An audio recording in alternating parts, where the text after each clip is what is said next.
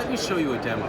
Let's get started. So this is a self-checkout. You can use it just as you'd expect.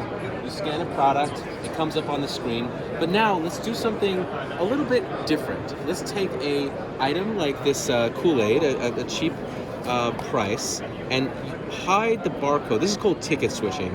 So on top of a more expensive item, let's see how that works. And so what you'll notice is that the transaction actually pauses, so an associate can come by and unlock it. And what they see here on the screen is what the item was actually scanned here, and this is visually what was scanned. So there's actually a gap. Now an associate can come by and say, okay, I'm gonna go ahead and rescan that. So they'll take a rescan.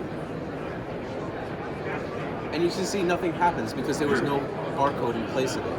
But let's do a more traditional scan error, which is a misscan. So for example here, I don't actually scan it. I can take it away a little bit. Finally, the system is deciding if I leave it here for a little bit that there was a misscan, there was a scan error. And this can be due to my own mistake or something intentional. No matter what, the transaction was also stopped and just the same experience is over there. But we can do more. So this is a case I want to show you of a form of stuffing where you have a container and I can put inside of it a product and just scan the container, and let's see how that works.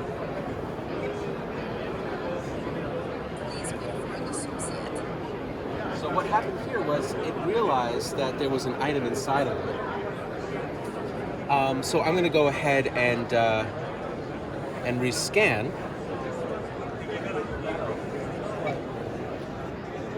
But when I rescanned it without the item, it's totally fine.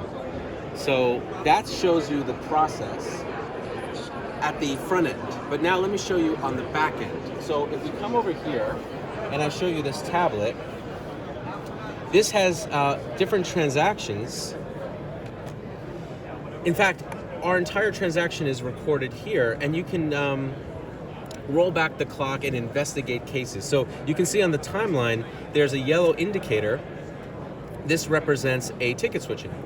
So here you can see the Kool-Aid packet is clearly visible here, but visually it was a different product. So this is very helpful for the loss prevention teams, in operations to investigate cases and get to the bottom of what's happening at checkout. And of course, you can always zoom out and get the analytics and more data to have a bigger picture of what's happening in your stores.